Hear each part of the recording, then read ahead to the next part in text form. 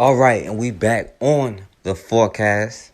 Now, we have to start looking at it like when they harm one of us, they are harming our family. Because at any time, it could be one of our family members that they do harm. And then when it happens, we just feel helpless, like we can't do anything about it. But that's because we wait for justice from our enemies. But the dominant society goal is to keep us in our place. They understand they can be as violent as they want to be, and we're going to respond with prayer. But if you're praying to the same God that the KKK prays to, whose prayer is that God answering? But somehow, after hundreds of years, we magically expect a different result. But that's called insanity. Back in 1910 in Arkansas, around the time the Jack Johnson race riots broke out throughout the country, which is another story. But the Dorado race riot of 1910 started because one paper reported a black man named Cheney got into a gunfight with 3 white people, including 1 cop.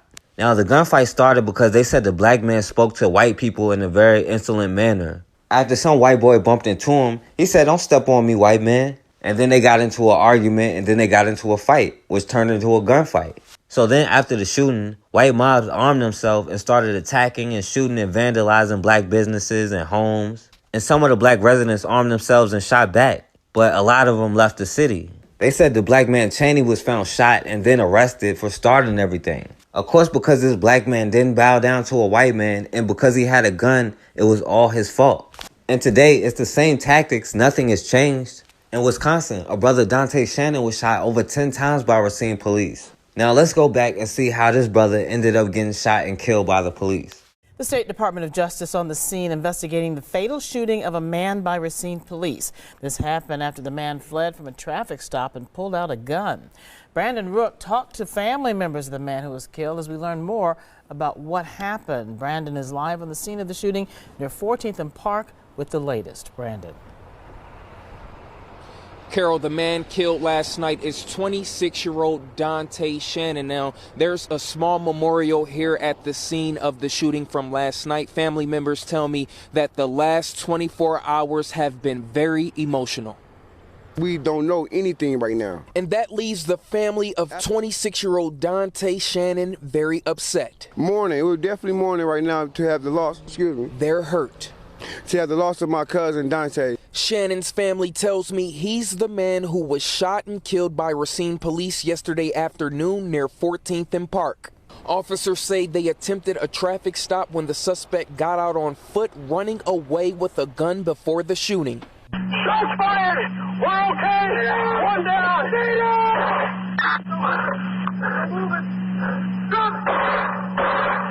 We need rescue. We are okay. Suspect down. Multiple gunshots. Today, the Department of Justice was out investigating and looking for shell casings and key evidence for their investigation. This not too far away from a memorial for Shannon.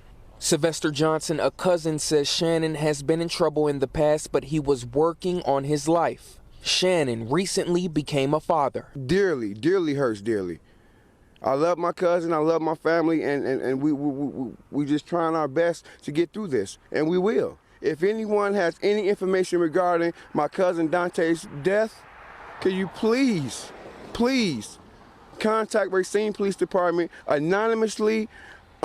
Any information is helpful. Now, this is the second police shooting the Racine Police Department has been involved with in the last 10 years. The other one was in July 2014. Heartache and frustration. That message shared tonight at a public meeting hosted by the mayor of Racine in response to a deadly police shooting. Our Katie Crowther live at Racine City Hall with a closer look. Katie. Carol, Racine Mayor Corey Mason offered the chance for people to share their questions, concerns, and frustrations as the Department of Justice now investigates the police shooting of Donte Shannon. A community in pain. I saw his body. Trust me, this is a sight nobody wanted to see. I'm scared for my kids, man. When is this gonna stop? According to Racine police, Donte Shannon got out and ran after they pulled him over for a missing license plate. The officers say he pulled out a gun and they shot him in self-defense. Donte's family and the community want proof. They don't trust there will be a fair investigation. You see the anger and the hurt and the emotion from the people of your city, sir. because it seems like you're only serving one kind of people. Because it is an open investigation, city leaders did not say much, and that angered the crowd. You want answers to those questions. I want those answers too. I can't imagine, actually, the frustration and the sadness and the loss that the Shannon family must feel.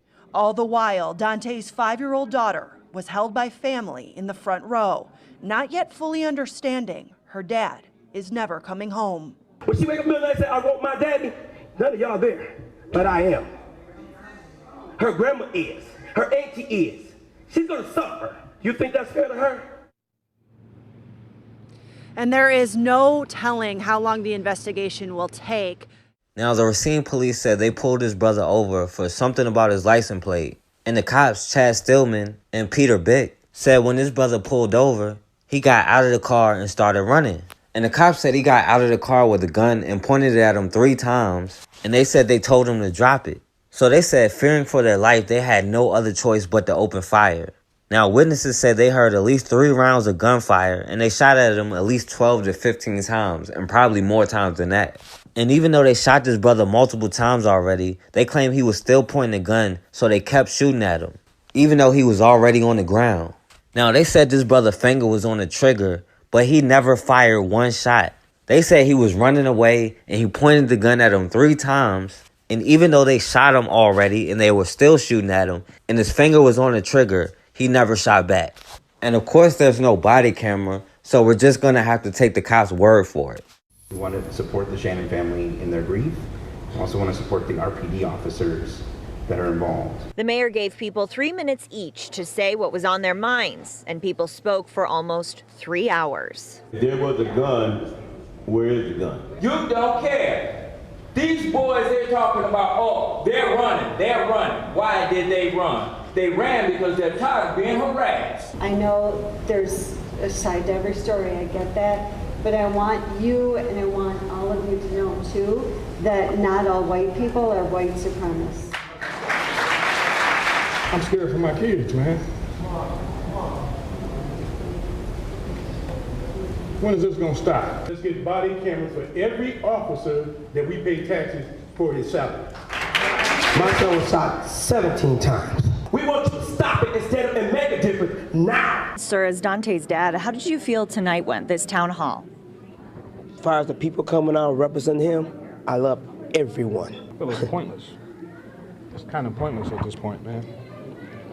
You know, we didn't get no answers from anyone. The mayor didn't answer any of the crowd's questions, but he said he would bring all those concerns to investigators. Officials are releasing new details surrounding last week's deadly shooting involving Racine police. Investigators say Donte Shannon was shot by officers during a traffic stop. Brandon Rook joins us now live from Racine City Hall with the new details. Brandon? Charles, Donte Shannon's family is heartbroken and they are still demanding answers. Details are coming out slowly as both the mayor and police chief address the public this morning. Dozens of people from the Racine community filled City Hall to support the Shannon family. Close family members were inside of the mayor's office to listen to the latest details. 26-year-old Donte Shannon was shot and killed last Wednesday by police after investigators say he fled on foot after a traffic stop. While being pursued, the Department of Justice says he had a gun, so they fired shots. Since, there has been many protests in Racine, and Mayor Corey Mason spoke about the Racine community coming together. Police Chief Art Howe urged the public's respect and patience during the investigation. This has been a challenging week for Racine. There may be tough days ahead, but we will get through this. I just ask for your patience, ask for your respect as the process moves forward. Just put on the show. That's it. You just saw an exchange between Donte Shannon's grandfather and Police Chief Art Howe. Shannon's family was not too thrilled about the lack of information released today. Just before the briefing, we learned the names of the officers who shot Shannon. 15-year veteran investigator Chad Stillman and 16-year officer Peter Boeck. They are both on paid administrative leave. All of this stuff that doesn't make sense. I think it was a waste of time, honestly. We don't know exactly what happened, and they still give us like a roundabout statements because this is like tormenting for me and my family. Police Chief Howe did not take any questions from the media as tensions are high. Shannon's family tells me that he was shot 17 times. Now, this brother Donte Shannon's dad said he was shot 17 times. The gun they found was registered to his father, but because he was a felon, he couldn't be around any guns, which is probably why he ran. And now the cops are going to investigate themselves. And even though it's been hundreds of years already, they still tell us over and over to have patience. And then they tell us just accept whatever results they give us. And despite all the marches and protests, this cop got his paid vacation. And guess what the verdict was? Tears and anger from a family after the Racine County District Attorney calls the shooting of Donte Shannon justified. We're going to fight. We're going to continue to fight.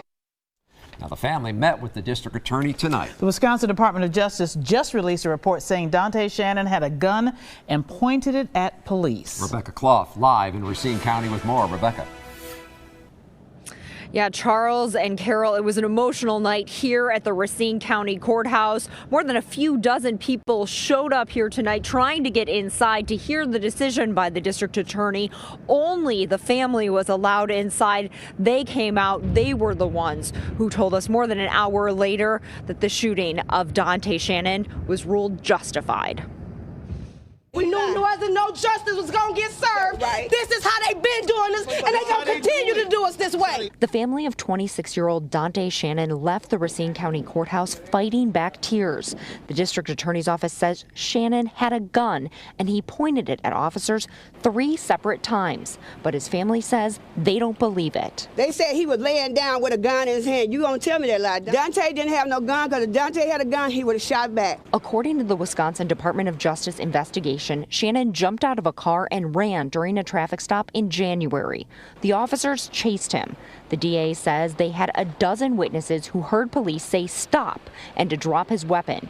The DA's office said instead he pointed the gun at police. That's when they fired at least 10 times. The gun they found on Shannon was owned by his dad, Nakia Shannon, but had Donte's DNA on it. The family says the gun was in the car, which is owned by his dad, not Donte. The family filed a federal lawsuit against the city and the officers. They can do whatever they want. And what do we have to fight against it? They see the system is broken. We're going to fight. We're going to continue to fight. Now, the officers have been on paid administrative leave since the shooting. Again, no charges are going to be brought against them, and they will be allowed to return to duty.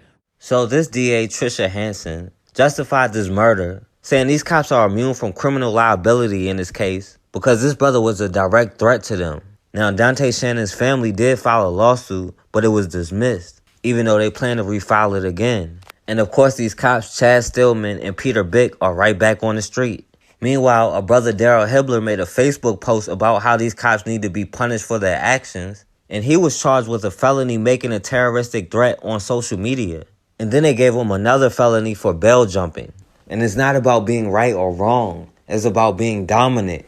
And they're going to make sure they punish us for the smallest thing. We have to understand the situation that we are in. And we have to learn how to defend ourselves. And once we understand we are all we got and get over the illusion of inclusion, we'll be a lot better off. But if we don't, then we'll be in the same situation 100 years from now. Correctly, because don't even act like that. Pick it up, find it, get down on your knees and find it. Get down on your knees and find it. See that? No count, little nigger. That's how you are. All y'all, no count, fucking niggers.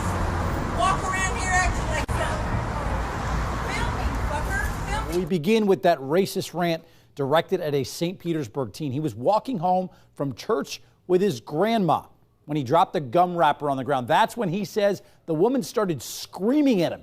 And it's all on this viral video that's all over the internet tonight. Nightside Josh Adorad spoke with the boy and his mom. You might be surprised at the message that they have for her. Don't even act like that. Pick it up. Would you believe this? Sit down on your knees and find it. Is the reaction Barry Henry got after throwing a gum wrapper on the ground Sunday in downtown St. Pete? The lady was just telling me to pick it up real loud and yelling and everything, just going crazy. The 14-year-old knows it was wrong to litter, but he knows the reaction. Get down on your knees was so much worse. No count, little. That's how you are. All y'all, no count. I couldn't believe it. Like, I never thought somebody like would ever say that, because it's it's 2019. Barry's cousin was the one who pulled out his phone and started recording. First she was like, "You gonna record me?" She stood there and she said, "Okay, I will give you something to record." And then she started, coming over there at me, because she was really aggressive. After that, Barry's sister posted to Facebook, and the rest is viral history. Thousands of comments and even more shares. I was in shock.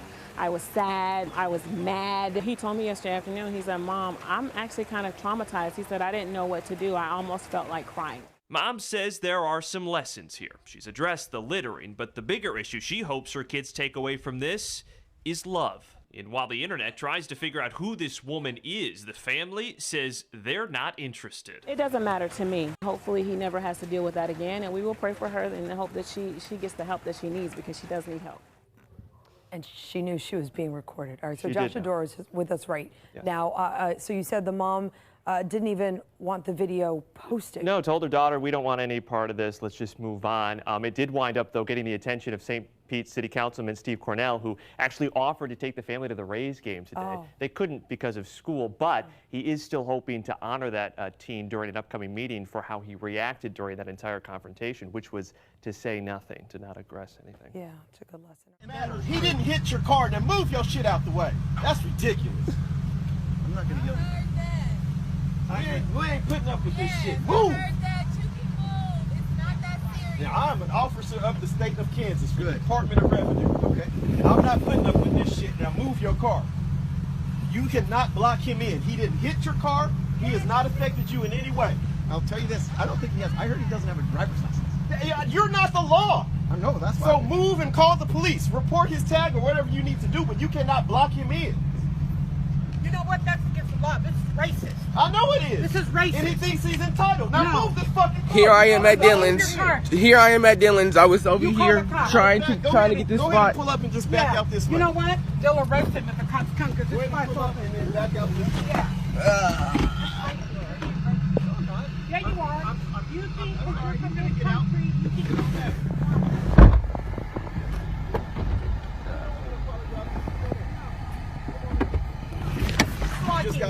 Just back up a little bit and then pull up. All you need to do, young man, is say, yes, I told you. I don't have to apologize for anything. I was right here. It doesn't matter. Don't even say nothing else. You're humiliating him. First of all, you're a grown man and this is a child. Right. And his parents are not here. He didn't hit his car. All he did was cut him off, and now he's blocking him in, and that's against the law. Yeah. You need to move your car. Thank you for the advice, but I'm not listening to your advice. I'm not giving you advice. You need to move. That sounds like advice. What is that? No, I'm walking by. I'm a grown man. He's a child, and he's a grown man. Senior citizen. What? He's upset because a child cut him off in the parking lot. He didn't hit his car. I'm upset because I don't care if he was 100 or 2. Yeah, but I still think because he's black. That's why you're doing it. He can go ahead and just apologize. I want him to be able to leave. He can't make him stay here. What right does he have to make him stay here? He's doing it, man, because he's black. I understand that. Well, I would like to stay here as a concerned citizen. Let's drop all that. Yes, I would. Hell no. I'm not with that. Well, I watch the TV a lot, and this happens all the time. Hey, a white woman spit in my face the other day. Oh, no, I'm sorry. I'm right here. I need to get out. You need to move. I'm going to hold on. I'm going to give you the chance to leave. If you're not going to, I'm just going to call the cops right now. And they're going to take my car. What are they going to do? Yeah, they'll give you a ticket. Because one, this is private property. Right. And he's the owner of Dillon's. That's why. Okay, and all I'm saying is the young man who pulled in front of me and cut me off without a driver's license is... How do you know he don't have no license? Because he told these guys he doesn't. Once again, hold on. Once again, I'm going to give you a chance. Just go ahead and move your car. We'll just move on with our days. If not, I'm just going to... Okay, so... I appreciate it. And he should not apologize to him. He's a kid. Right. So kids have the right to break the law. This is not his parking. Kids have the right to break the law. Okay. All right. Fine with me. It's not against the law to cut you off in the parking lot. It's against the law to drive without a license. You're not the law. All right. I'm just saying. You're not the police. I'm just saying. All right. What's your choice? Okay. I will be glad to leave. Okay. Thank you. And I am heading out of here, and all right, let's move on. I appreciate you guys handling it. Okay, all right, let's move on. What, he got a gun up? A taser? Shoot that man, dog. He got a baby. He got a baby with him, bro. He got a baby with him, bro. Don't shoot that man. Hey, bro, he got a baby with him, bro. Hey, man, you let me off. You let me off. That man got his baby with him, bro.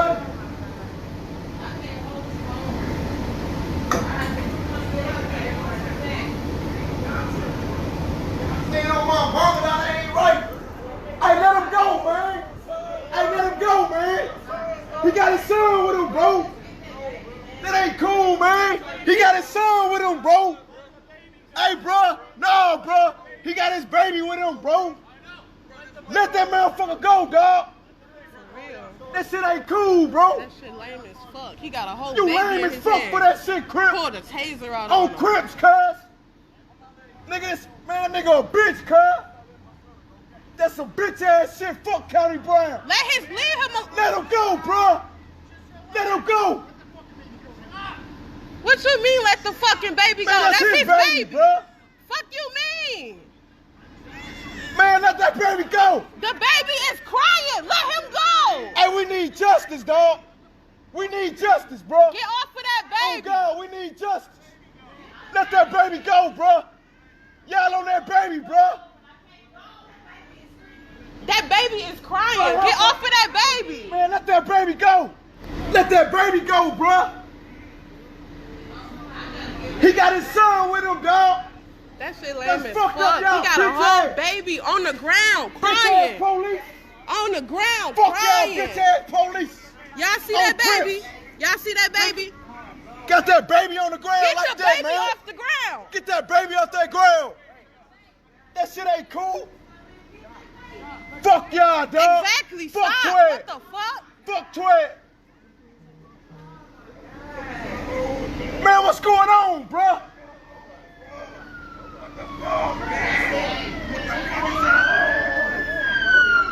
Man, fuck Twed. Man, y'all got that baby on the ground like that? You think you're helping the situation right now? That ain't cool. Who is me? That's fucked up as fuck. I own a house on this street. So you think you're helping this situation? Man, that ain't right y'all doing that man right there, this baby, man. You know what happened? We What was happened standing then? right there and they pulled a We was taser standing out right on there. him. But do you know what happened? Nope. Nope. That ain't cool though, sir. It's too many police. Y'all lame That as shit fuck. ain't right, dog. Y'all lame as On fuck. Crips, that shit ain't right. He got a whole baby. Put the camera on me, I'll A tell whole they ass. fucking baby. Bitch Y'all ass lame as motherfucker, fuck. dog. All y'all. That shit ain't right, bro. Fuck the police. Y'all lame as fuck. On me. That shit ain't right.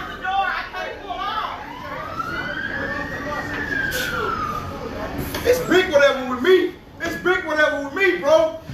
It's big whatever with me. I don't give a fuck about y'all.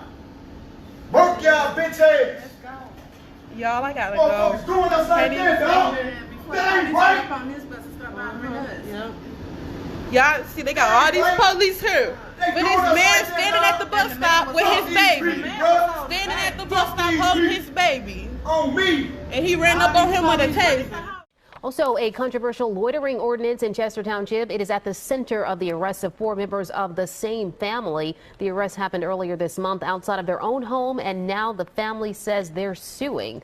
Eyewitness News reporter Howard Monroe is live in Chester Township with the story. Howard. The family's lawyer says the township's loitering policy was struck down back in 2012. He said that it was too vague. However, he also says that based on these arrests, those policies are still in place. He just came home. Keith Briggs arrested, tased, and put in the back of a cop car for loitering. Prior to his arrest, his lawyer says he was standing in front of his family's home. He was one of 4 people from the same family arrested in early October for the same charge. The Chester Township Police Department has failed my family. Instead of protecting us and serving us, they decided to attack us on multiple occasions. Rachel Briggs was also arrested. This was the second day in a row family members were arrested for loitering. The township statute says that there are areas of the township where loitering is prohibited. In those areas, the statute reads officers can question anyone they believe is loitering and ask them to leave. It's not clear if this neighborhood is one of those areas. My sister lives here. It doesn't matter. She lives there, not here. While the family is trying to explain to them their lawful reason for being there, he's busy putting handcuffs on Miss Lewis and directing Mr. Briggs to be arrested. This is Kenyatta Lewis being arrested. Arrest records show she yelled at her family members to get in the house when officers arrived. Moments later, her cousin, Ramir Briggs, was physically dragged off his family's porch and also arrested. Who do they think they are to victimize a family like this and do this to someone in this community? Who do they think they are? I never felt an embarrassment and shame as if I felt that day. Now, we reached out to the police department several times today. However, we haven't heard back. As for the family, they are now thinking about filing a civil lawsuit. However, first, on October 17th, they'll be in court to answer to these criminal charges. Old racist tweets written by a UNLV student have recently resurfaced. Turns out the person who posted it is the college's student body president. Thank you for joining us at 11. I'm Brian Loftus. And I'm Denise Valdez. The question tonight, should she be held accountable for something she wrote some 6 years ago? 8 News Now reporter Shaquila Alvarenga is live at UNLV to explain. Well, Brian and Denise, we've seen stories like this one pop up across the country before. Social media posts made years ago that question someone's character. This is the tweet that Hannah Patinod is now apologizing for. A person said their belongings were stolen from school. She replies, "You go to a black people's school." To forgive? Okay, sure. But to forget? No. It's a frustrating, stereotypical statement that doesn't sit well with many people. I don't think that she should necessarily resign, but I do think there should be repercussions. The tweet, along with others, were posted years ago while Patinod was in high school. I do believe it was at a time where she was old enough to know the difference between right and wrong. On her Twitter page, Patinod said, "There have been a few tweets that have surfaced from my account that I deeply regret. They don't reflect my views, and I attribute attending UNLV to my growth as a person. My understanding of diversity has changed drastically." We can't hold everybody to their past, but at the same time, just because you cry and say, "Oh, I didn't mean it," just because you're in the spotlight, how do I actually know that you're actually being for real? Yeah, I'm 6'3", 250, so I fit the criteria of, you know, what they like to paint as the violent black person or the evil black man. I would hope that over time she's seen that black people shouldn't be generalized in such a way. I am more than thrilled. And more than 1,000 people responded to our poll on Facebook, should someone face consequences because of an old tweet? Most people said no. Penn State has one of the best defenses in college football. The Nittany Lions are allowing 7.4 points per game, the second best mark in the country. And they're led in part by junior safety Jonathan Sutherland, who head coach James Franklin spoke glowingly about. Jonathan Sutherland is one of the most respected players in our program. He's the ultimate example of what our program is all about. He's a captain. He's a Dean's List honor student. He's confident. He's articulate. He's intelligent. He's thoughtful. He's caring, and he's committed. He's got two of the most supportive parents, and I would be so blessed if my daughters would marry someone with his character and integrity one day. But now Sutherland's name is in the news, not for anything he's done on or off the field, but because of this highly controversial letter he received from a Penn State graduate that many consider to be extremely racist.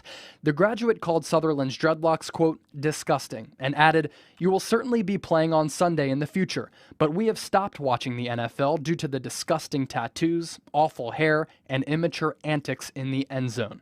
Penn State coach James Franklin opened his weekly news conference by addressing the letter. The football that I know and love brings people together and embraces differences. Black, white, brown, Catholic, Jewish, or Muslim, rich or poor, rural or urban, Republican or Democrat, long hair, short hair, no hair. They're all in that locker room together. And Sutherland posted a statement on Twitter saying, quote, "I've taken no personal offense to it because personally I must respect you as a person before I respect your opinion.